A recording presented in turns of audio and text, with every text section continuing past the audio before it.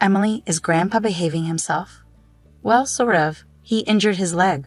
Old people can be such a nuisance. I wish they'd think about those of us who have to take care of them.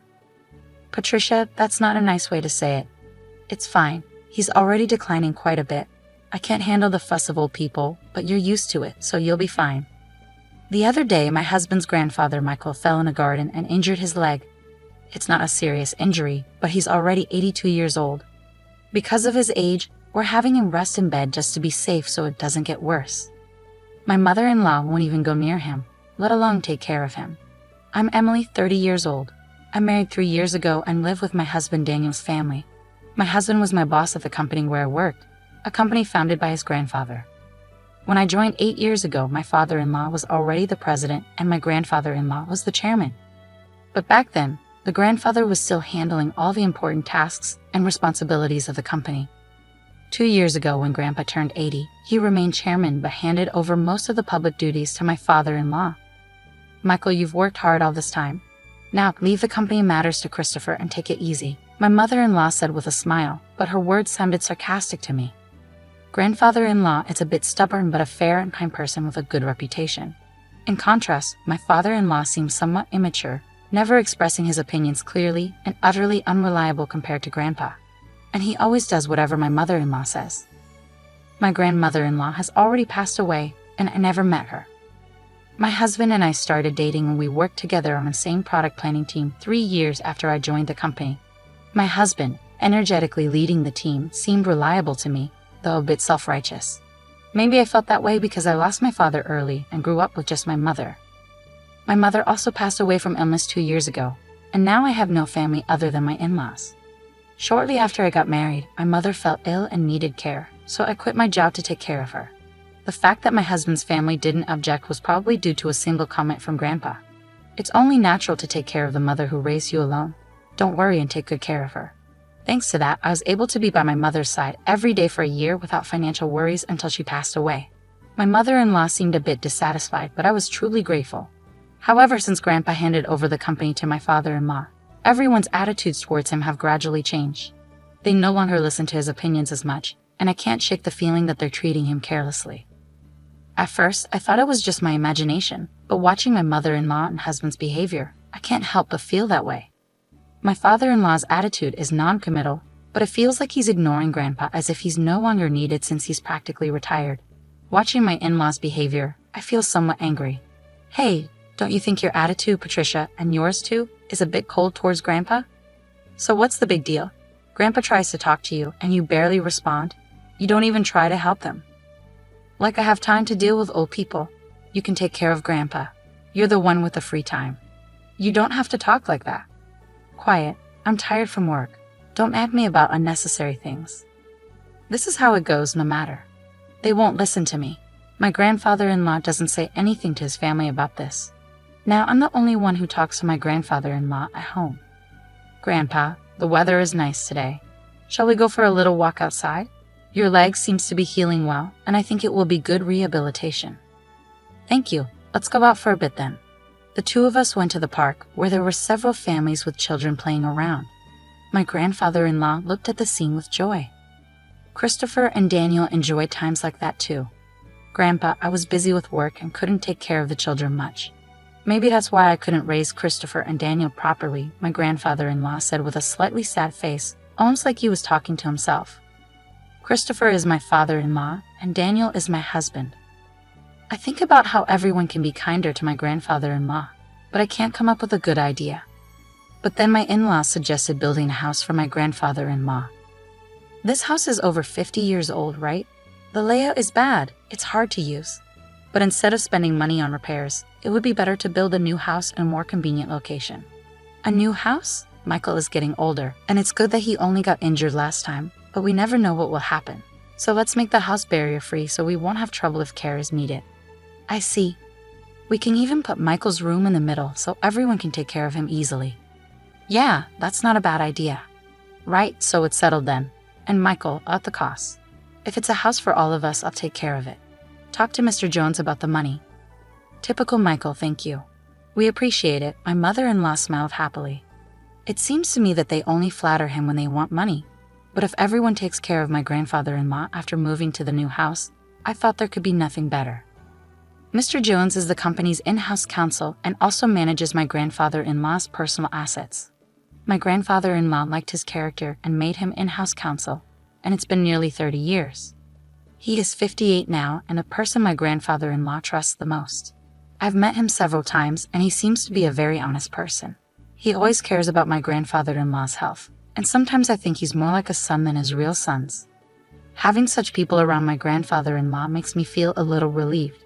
I wasn't informed about the details of the house being built, but my mother-in-law seemed very cheerful, and the three of them were looking at interior design magazines and discussing various things, so it seemed to be going smoothly. Then something unexpected happened.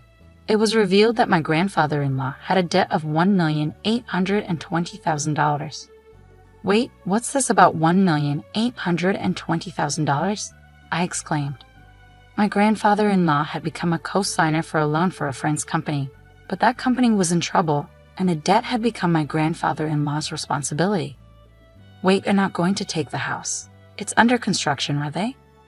Since the contract has already been completed, and as Patricia said, it's in the president's name, so it's fine, my mother-in-law seemed relieved at those words. Oh, thank goodness. I'm glad we did it my way. Listening to that conversation, I learned for the first time that the house was in my father-in-law's name. Even though my grandfather-in-law had paid for it, putting it in my father-in-law's name seemed just like something my mother-in-law would do. I also wondered why they didn't think of giving up the house to help repay the debt. Hey, this debt is Michael's fault, and it has nothing to do with us or the company, right?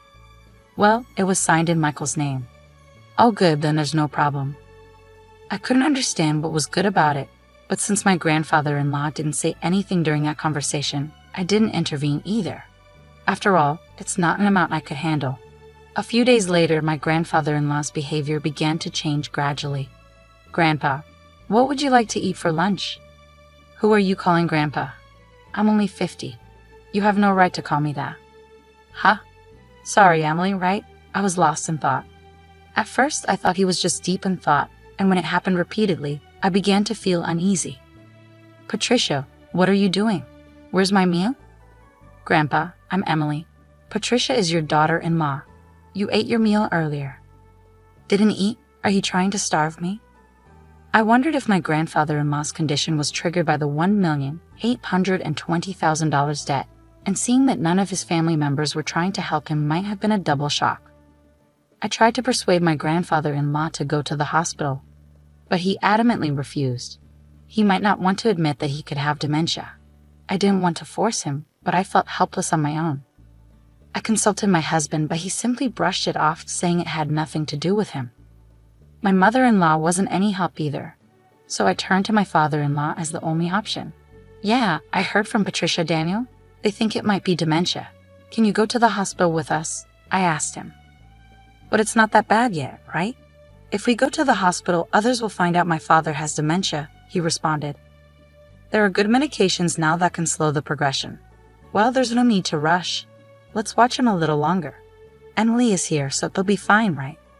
I couldn't help but feel frustrated by their lack of concern. I couldn't depend on them. Grandpa, let's go to the hospital. Let's get you properly examined, I urged. Who are you? Where are you planning to take me?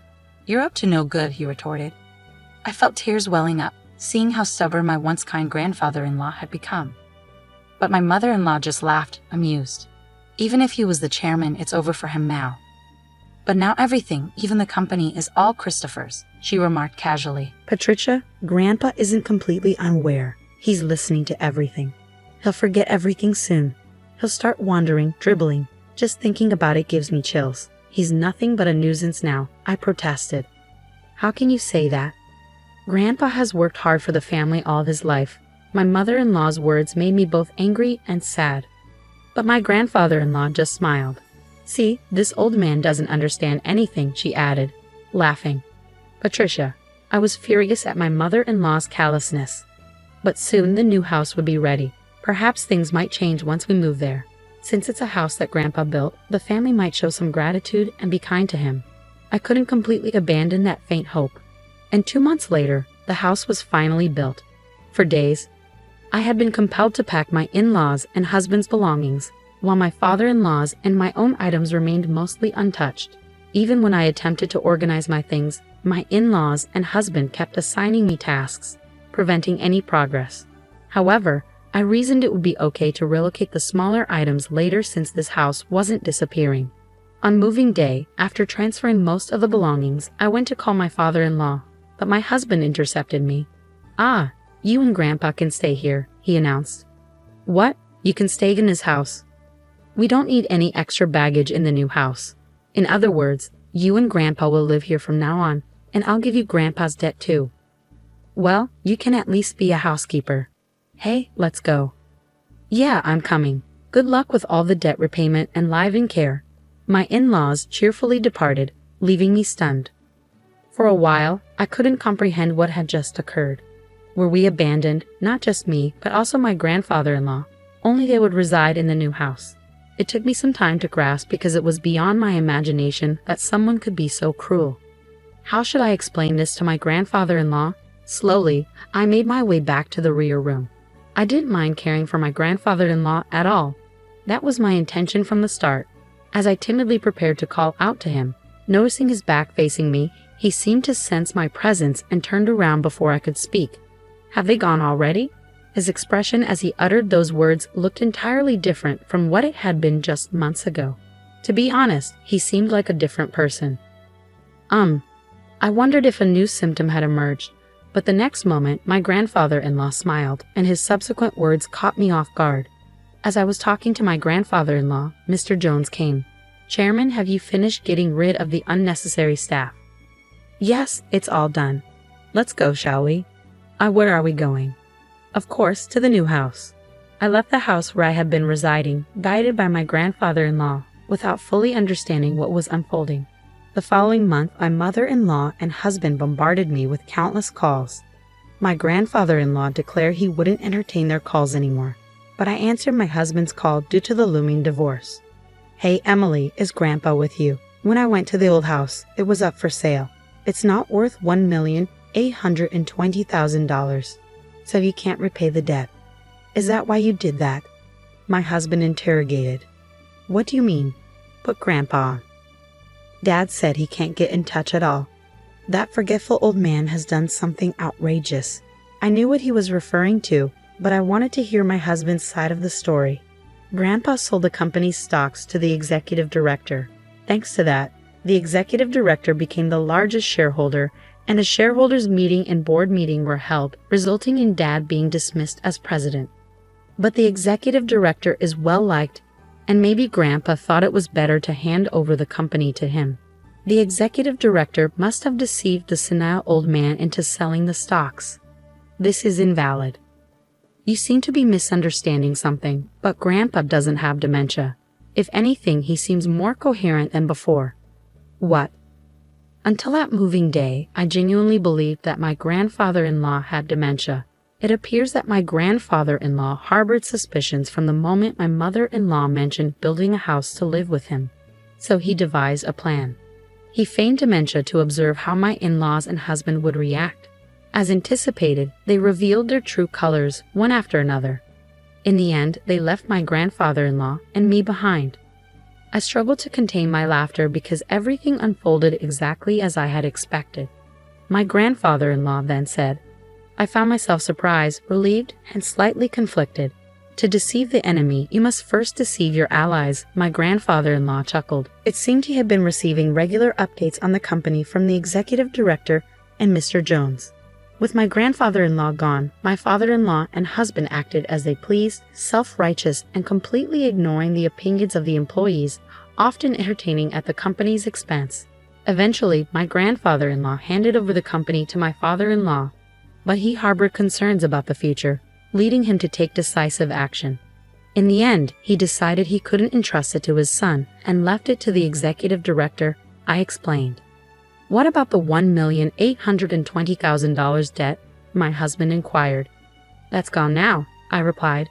Indeed, my grandfather-in-law had been a guarantor for a friend's dad, but he had personal assets exceeding that amount. However, I deliberately omitted this information to avoid my mother-in-law and husband targeting those assets. The friend was the son of a benefactor who had helped my father-in-law when he was young. Moreover, the countryside land owned by the son was going to be developed into a resort, allowing him to sell it at a high price. I explained further. "You're kidding," my husband exclaimed. "More importantly, are you guys okay?" I asked, concerned. "We're not okay. Both my father and I were denounced by the company. What should we do now?" my husband lamented. "Well, there's also the mortgage on the house," I revealed. "What? What do you mean, the mortgage on the house?" My husband was taken aback. "Haven't you realized it yet? The house money should have all been paid by Grandpa," I clarified. Christopher signed without checking everything. "It shows he really didn't have the qualities of a president," I added. "You're kidding," my husband sighed. "As a consequence, my parents-in-law lost the house they had built because they couldn't pay the mortgage. Now they reside in an old apartment over 50 years old, struggling to repay the unpaid loan. Despite their alternating attempts to contact me, suggesting we all live together, it was impossible now. My grandfather-in-law retired from his chairman position and bought an old house in the countryside. Emily, you can go and live wherever you like freely. You don't have to worry about living expenses," my grandfather-in-law assured me. But I chose to be with him. "If I'm not in the way, please let me be with you," I expressed, tears welling up in my eyes. My grandfather-in-law's eyes welled up too. Thanks to Mr. Jones, the divorce was finalized and procedures were taken to exclude my former father-in-law and former husband from inheritance. I became my grandfather-in-law's adopted daughter. If anything happens to him, I intend to take care of him until the end. Now, the two of us enjoy working in the fields together. "Dad, look at this radish, it's big," I exclaimed as warm moments flowed in the pouring sunlight. I wish for these days to continue, even just one day longer.